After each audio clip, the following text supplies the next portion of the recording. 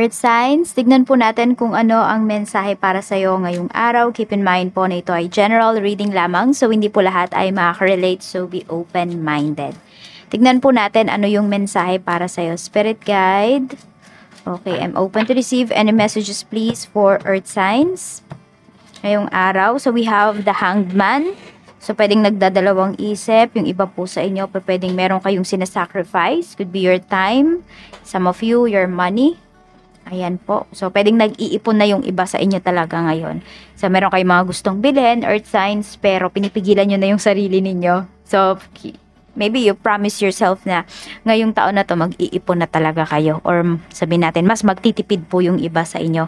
So, we have 8 of Wands. Medyo umiiwas ka din dito sa mga usapan. Ayan po. Tapos, kung may hinihintay naman kayo dito na mensahe coming from a person, yung iba naman po sa inyo could be a package, pwede po na mayroong delays. Ayan, we have the Tower. Ayan, medyo sasakit yung ulo ng iba sa inyo dito. Kaya siguro as much as possible is ayaw nyo munang makonsume. Dahil nga, syempre, kakapasok lang ng 2024. Pero ayun nga, meron yung iba sa inyo, medyo stress kayo dito ngayong araw. Yan, tignan natin. Siguro nag-a-adjust pa po kasi yung karamihan sa inyo, kaya ganyan yung nafe-feel ninyo. Meron tayo ditong 2 of Wands, pero huwag ka mag-alala kasi yung mga plano mo naman dito, sinasabi naman sa inyo universe, is magiging okay naman siya. Sabihin natin kung ngayon meron konting aberya sa mga susunod na araw, ay magiging okay din po yan. Basta planuhin mo lang ditong mabuti yung iyong mga gagawin, yung iyong mga steps na ite-take. Tignan natin kung ano pa yung mensahe para sa'yo, Earth signs. Tignan natin. Okay, meron tayo ditong dog. So, meron dito sobrang loyal po sa'yo nung tao na ito. Or pwedeng ikaw ba yan, Earth sign? Sobrang loyal mo dyan sa trabaho mo. Yung iba po ay hindi talaga kayo umaalis kahit maraming offer sa inyo. So, siguro ang hiling nyo lang talaga is magkaroon kayo dito ng salary increase. Yan po. Pero ito, meron talagang tao dito na sobrang loyal po sa'yo. Kahit nakatalikod ka, ayan, pinagtatanggol ka ng taong to. For some of you naman, pwedeng mahilig ba kayo sa mga aso or meron ba kayong alaga? May pets po kayo. We have cat. Ayan. Dog and cat. Ayan po. So, pwedeng may nag-aaway nga dito. May mag-aaway dito ngayong araw. So, mag-iingat po kayo. Sabi nga dito, sa cat, take care of yourself. Okay? So, ang loyal lang talaga sa sarili mo ay yung sarili mo. Ang loyal lang pala sa'yo ay sarili mo. Ayan. Kaya, ingatan mo talaga yung iyong sarili, yung iyong peace of mind ngayong araw. So, we have child. Okay, so pwedeng meron dito nagrarambulan yata, magugulo yung mga anak ninyo. Di ko alam kung pareho bang babae or babae at lalaki or parehong lalaki po yung anak ninyo. Basta meron dito mga bata nagtatakbuhan, magulo, ganyan parang nag-aaway. Meron tayo ditong purse, wallet. So medyo mapapagastos po yung iba sa inyo. Yon, meron din ako nakikita, pwedeng tatakas kayo ngayong araw kung may bibilhin kayo, pupunta kayo ng grocery or basta lalabas po kayo. Pwedeng tinatakasan nyo yung mga anak ninyo. Ayun, syempre may magbabantay naman sa kanila. Pero yun nga, pag nakita ka kasing umalis, sumasama, umiiyak, so yung iba po sa inyo, pwedeng apo nyo naman yan kung kayo po ay mayroon ng apo at kapisan nyo sila sa bahay.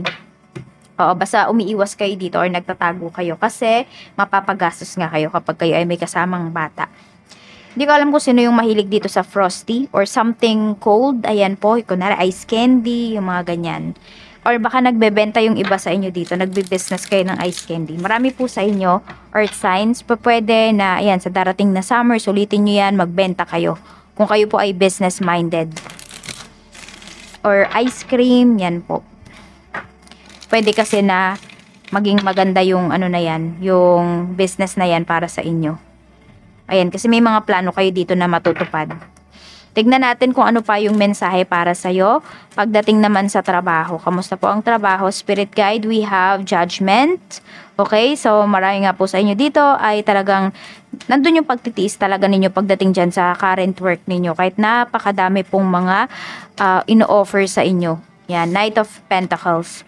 So, meron tayo ditong Knight of Pentacles but in reverse kasi siya. Ayan. Merong isang pangyayari dito na pwede po na magpapabago ng iyong isip. Pwedeng may masabi sa'yo. Iba po dito ay pwede po na makikita mo kung gaano ka irresponsible yung employer mo. Pwedeng makikita mo na ganyan. meron kayo ma-discover dito na pwedeng hindi pala hinuhulugan yung inyong mga benefits, SSS, kunwari pag-ibig, ganyan. Kaya, 'di ba, bakit ka pa magpapaka-loyal kung sila ay hindi nila mabigay yung respeto na yon, 'di ba? Dahil karapatan mo naman yon. So, pwede pong makapag-desisyon na kayo dito kasi alam nyo, mababago talaga may pagbabago talaga dito. May wake-up call sa inyo dito sa universe. Meron siyang ipapakita na sign sa inyo and that is for you to decide.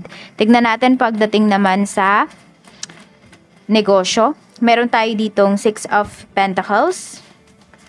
Meron tayo ditong 4 of Swords. Meron ba kayong mga kailangang singilin, earth sign? Singilin nyo na daw po, sabi ni universe. Marami po sa inyo ay makaka-recover po kayo dito pagdating sa inyong business. Ang pinapaya lang sa inyo dito ng universe, wag po kayo masyadong mabait. Kahit sabihin natin, nasuki mo na yan. Kailangan is payment first pa rin talaga. Pagod kayo ngayong araw, ayan po, pwedeng meron kayong sisingilin, pwedeng pupuntahan nyo pa yan sa bahay. Mas maganda kung biglain nyo po. Kasi kapag sinabihan ninyo, magdadahilan lang yan. Or sabihin, wala siya sa bahay, ganyan. Or meron siyang biglaang pinuntahan. So, madaming dahilan. Kasi pwedeng ayaw na talaga magbayad ng tao na to. Tignan natin. Pwede rin naman pala meron yung iba sa inyo dito na meron nga kayong papasukin na bagong business. So, pwede po kakastart lang ng iba sa inyo. Or nagdagdag kayo ng paninda, ganyan po, ng business, ng produkto ninyo. Check naman natin pagdating sa pera. We have 3 of Swords. Maraming umaabuso sa'yo dito pagdating sa pera, oh. Nalulungkot yung iba sa inyo kasi pinagkatiwalaan nyo talaga yung mga to. Pero sinisira or sinira lang talaga yung inyong tiwala. Yan. Kaya tingnan mo, oh, may mga goals ka dito na ano ba, parang na-stuck, okay? Kasi nga, inuna mo sila. Tapos yun pala, hindi naman pala mga honest sa'yo yung mga tao na to. Kaya mag-iingat ka. Meron talagang promotion, merong new job na offer para sa'yo dito. Kaya ayan po, kung di ka na talaga happy dito, pagdating sa current career mo, it's time for you to decide. Oo, lalo na kung meron naman kayong pinamimilian talaga or merong ino-offer talaga sa inyo. So, syempre, bago naman kayo mag-decide dito, pag-isipan nyo talagang mabuti. Tignan natin pagdating naman sa love life. Spirit guide, kamusta po ang love life ni Earth signs ngayon? Meron tayo ditong 8 of Swords. So, marami dito ay nasa isang relationship kayo na toxic na talaga yung nangyayari. Okay? Parang nilululo nyo na lang yung pride ninyo. Hindi na kayo sumasagot kapag may sinasabi yung person mo. We have the Magician. Napapaikot ka kasi dito. Namamanipulate po yung iba sa inyo. For example, ganito. Nagsasabi yung person mo ng plano. Earth signs. Tapos, ikaw naman asang-asa ka dito. Kasi nagplano siya. Diba sinabi niya sa'yo. Nag-open up siya sa'yo. Tapos pag tinatanong mo na, kunwari nakalipas na yung ilang months, tinatanong mo na ano na yung nangyari dun sa plano na yun. Paano nyo sisimulan? Nagagalit na siya dito. So, alam mo yun. Parang ginagaslight ka na niya. Ganun yung nangyayari. Parang binabalik niya sa'yo. May pagka-narcissist yung iba dito. Yung iba sa karelasyon po ninyo. Ayan o, 7 of Wands. Medyo ma-pride talaga itong person mo. So kung may away kayo ngayon, pwedeng mas lumaki pa yung away ninyo. Kaya medyo mag-iingat po kayo. O kung ayaw nyo nang lumaki yung inyong parang away. Pero yung iba naman dito, hindi ko alam kung sasadyain ninyo kasi gusto nyo na talagang makawala. Tignan natin kung ano pa yung mensahe para sa'yo. Spirit guide, mensahe pa po natin kay Earth signs, Taurus, Virgo, Capricorn, Sun, Moon, Rising, and Venus. Meron tayo ditong I can't let go of you. Hindi ka naman papakawalan ng tao na ito. Ayan po. We have I wish to be like you. May nang naiinggit sa'yo dito. Ayan o. So, pwede po na, yun nga, akala nila fairy tale yung life mo. Akala nila wala kang problem regarding sa finances, regarding sa love life mo. So, akala nila is happy-go-lucky ka lamang earth signs. Yan. Siguro kasi nakikita nila ganyan. Di mo masyadong dinidibdib yung mga problema mo. Kaya, yan yung nakikita at yan yung kinakainggitan sa'yo ng mga tao. Ayan o. Meron naman dito, pwedeng hinahangaan ka talaga niya. Hindi naman inggit yung nararamdaman sa'yo nito. Tapos, ito nga, meron dito, I can't let go of you. Okay? So, meron bang, yun nga, ito, some of you sa relationship yan. Or pwede po na meron dito na nangutang nga sa inyo. Hindi nyo talaga pwedeng ipagsawalang bahala na lang kasi malaki-laki din yung inutang sa iyo ng tao na to. Ayan. Tignan po natin ano yung lucky numbers mo. So, ito yung mga 50. Ayan. We have number 15. Diba? 50 tsaka 15. 17. Ano pa, spirit guide? We have number 29. We have number 45. Ayan, hindi ko alam kung ilan na yung nasabi ko na numbers.